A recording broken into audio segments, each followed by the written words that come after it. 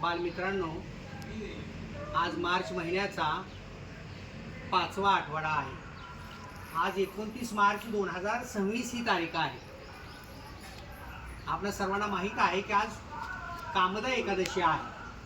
त्याचबरोबर सातारा जिल्ह्यातील माण तालुक्यातील शंभू महादेवाची यात्रा आहे. शिखर शिंगणापूरचा शंभू महादेव. आज महाराष्ट्रावर बऱ्याच शिवालयामध्ये शिवाराधना केली जाते आणि आज आपण सर्वजण श्री स्वामी समर्थ सेवा केंद्र कोलार येथे आलेलो आहोत. कशासाठी आलेलो आहोत एकत्र? मोठ्यानं सांगा. हा, बालसंस्कार वर्गासाठी आलेला आहे. आपण आल्यानंतर सर्वांनी आपली पादत्राणे चप्पल स्टँडवर ठेवली. आल्यानंतर आपण औदुंबरला 11 प्रदक्षिणा घातल्या. त्यानंतर दरबारात जाऊन महाराजांना 3 वेळा मुजरा केला आणि आपण आज बालसंस्काराची सेवा रुजू करत आहोत. हे करत असताना आपण बालसंस्कार वर्गाचा सुरुवात ही सुविचारानं केली. तो सुविचार असा होता, या वाढदिवसाला घेऊ एकच आण, या वाढदिवसाला घेऊ एकच आण, वर्षभर करू वृक्ष संवर्धन छान. वर्षभर करू वृक्ष संवर्धन छान म्हणजे या वाढदिवसाला आपण शपथ घेऊया की मी वृक्ष संवर्धन करेन, वृक्ष लागवड करेन, असा पर्यावरण पूरक उपदेश या सुविचारामधून लिहिलेला आहे. त्यानंतर आपण काय घेतलं? योगासनामध्ये पश्चिमोत्तासन घेतलेलं आहे. बरोबर.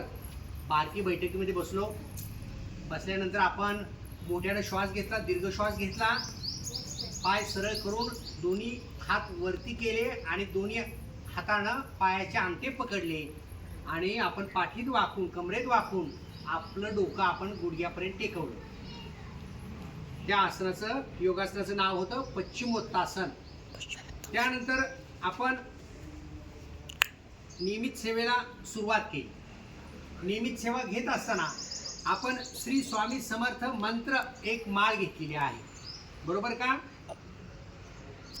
हे घेतल्यानंतर गायत्री मंत्र 24 वेळा विशेष सेवेच्या माध्यमातून गायत्री मंत्र एक माळ घेतला. त्यानंतर संस्कृत गणपती स्तोत्र घेतलं. या माध्यमातून आपण ही सेवा इथं रुजू केलेली आहे. त्यानंतर पुढे आपण आरोग्यशास्त्रामध्ये काय घेतलं? कडुनिंबाची माहिती घेतली. कडुनिंब किती गरजेचं आहे. कडुनिंबाचं झाड आपल्या घरा शेजारी, आपल्या शेताच्या बांधावर असतं ना. बघितलं ना सगळ्यांनी कडुनिंबाचं झाड? कडुनिंबाला आयुर्वेदामध्ये खूप महत्व आहे. जसं पिंपळ, वड या वृक्षाला महत्व आहे, तसं कडुनिंबाला महत्व आहे. कडुनिंबाचं पान, फूल, डिंक हा औषधी गुणधर्म असणारा आहे. उष्णतेचे जर विकार असतील, कडुनिंबाचा पाला आपण जर लावला किंवा आंघोळीच्या पाण्यामध्ये जर कडुनिंबाची पानं टाकून किंवा गुढीपाडव्याच्या दिवशी आपण कडुनिंबाचं महत्त्व आपण मागच्या बालसंस्कार वर्गाला घेतलेला आहे. कडुनिंब हा काय करतो? आपली दाहकता, उष्णता शमवण्याचं काम करत असतो. त्यानंतर आपण पर्यावरण उपक्रमामध्ये घरातील ज्या काही टाकाऊ वस्तू आहेत त्या अधिकृत मर्चंटला द्या असा संदेश पाहिलेला आहे. आपण घर आवरत असतो, घर आवरताना अनेक टाकाऊ वस्तू निघतात. कोणकोणत्या टाकाऊ वस्तू निघतात सांगा बरं? ट्यूबलाईट, वायरचे तुकडे, लोखंडाच्या वस्तू, बंद पडलेली कुलप, बंद पडलेली घड्याळं, भंगारचं साहित्य, सायकलचे ट्यूब, प्लॅस्टिक्स अनेक निघतं. मग समजा जर आपण अधिकृत मर्चंटकडे जर नाही दिलं आणि वेगळ्याच व्यक्तीकडे दिलं तर तो व्यवस्थित विल्हेवाट लावत नाही. कधी कधी त्याची साठवणूक करून पर्यावरणाची हानी होत असते. कधी कधी त्याला तो काडीनं पिटवून देतो आणि काय होतं? प्रदूषण होतं. खरं तर आपण ह्या वस्तू कुणाकडे द्यायला पाहिजे? MPCB म्हणजे महाराष्ट्र पोल्युशन कंट्रोल बोर्ड, जे अधिकृत मर्चंट आहेत यांच्याकडे आपण दिल्या पाहिजे. त्या अधिकृतपणे त्या साहित्याची विल्हेवाट लावत असतात. त्यानंतर विशेष उपक्रमामध्ये आपण पाहिलेले शब्दांकन. काय पाहिलं आरव? शब्दांकन शब्दापासून गोष्ट तयार करायची आहे. मी तुम्हाला 3 शब्द दिले होते, कोला, द्राक्ष आणि आंबट. कोला, द्राक्ष आणि आंबट हे 3 शब्द दिले आणि तुम्ही छान पद्धतीनं कथाकथन करून सांगितलेलं आहे. त्यानंतर पुन्हा 3 शब्द दिले, माकड, टोपी आणि आंबा असे 3 शब्द दिले आणि त्यावरून तुम्ही त्या शब्दावरून शब्दांकन केलं आणि आपल्या कल्पनाशक्तीला चालना देऊन एक कथा बनवली आणि आपल्या मित्रपरिवाराला सांगितली. त्यानंतर त्याचं तात्पर्य विचारून घेतलं, तुम्ही मित्रांना प्रश्न विचारलं, आणखी एक कोणती गोष्टी सांगितली. 3 शब्द दिले होते,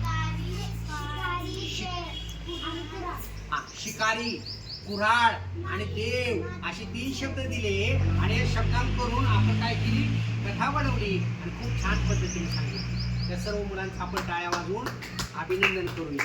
त्यांना आपण बक्षीस दिलं. अशा पद्धतीने तुम्ही बोलतं व्हावं, तुमच्या शब्दाला, तुमच्या कल्पनेला वाव मिळावा असा उद्देश त्याच्यामध्ये होता. आता वैज्ञानिक प्रयोगामध्ये आपण जे काही खडीसाखरेकडे ओढल्या जाणाऱ्या ज्या काड्या आहेत त्याविषयी माहिती घेतली आहे. त्याचबरोबर ध्यान का करावं, सामूहिक ध्यानाचं किती महत्त्व असतं, सामूहिक ध्यान केल्यामुळे जवळजवळ या लहरी 5 किलोमीटरपर्यंत पसरत असतात आणि नकारात्मकता नष्ट होऊन सकारात्मक ऊर्जा निर्माण होत असते. म्हणून सामूहिक आराधनेचं महत्त्व खूप प्रचंड असते.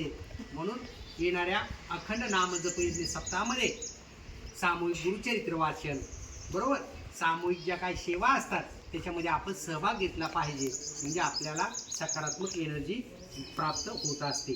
या आठवड्यातील सर्व धर्म समभाव पाहत असताना तुम्हाला माहिती आहे की मंगळवारी श्री महावीर जयंती आहे. जैन धर्माचे 24वे आणि शेवटचे धर्मगुरू म्हणून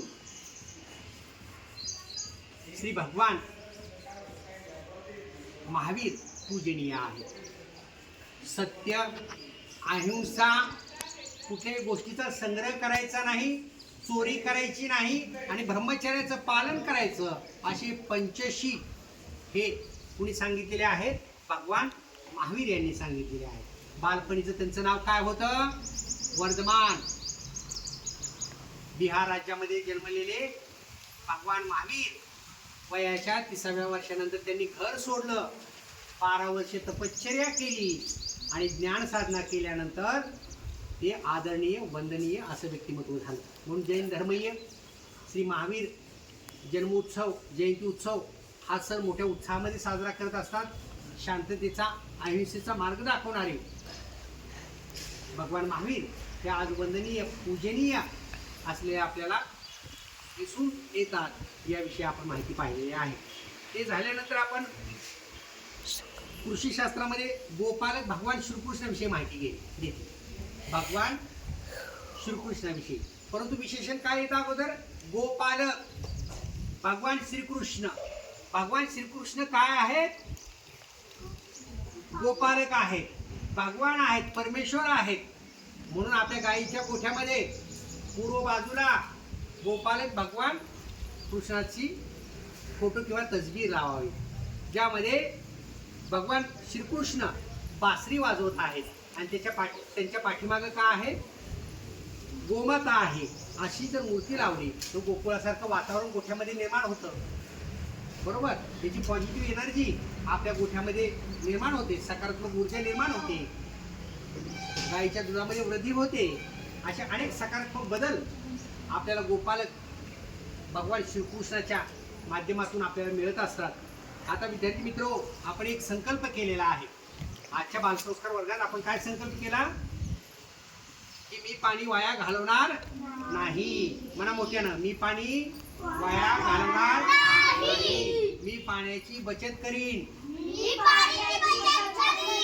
आता तुम्हाला जाताना मी एक गृहपाठ देणार आहे.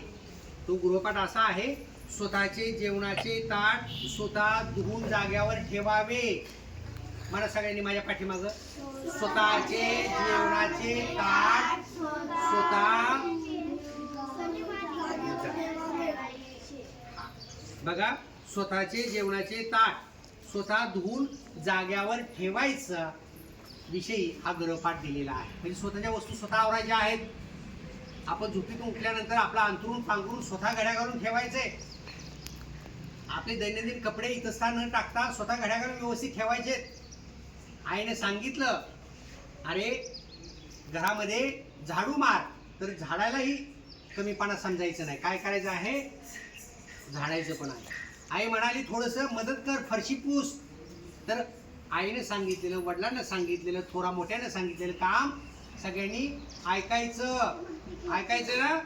तर काय करायचं?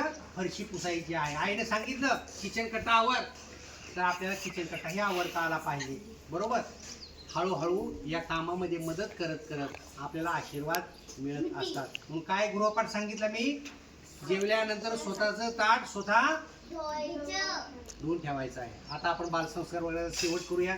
सगळ्यांनी मांडी घाला, हात जोडा आणि आपल्याला सामुदायिक प्रार्थना म्हणायची आहे. मोठ्या आवाजात सर्वांनी म्हणायची आहे. सुरुवात करा.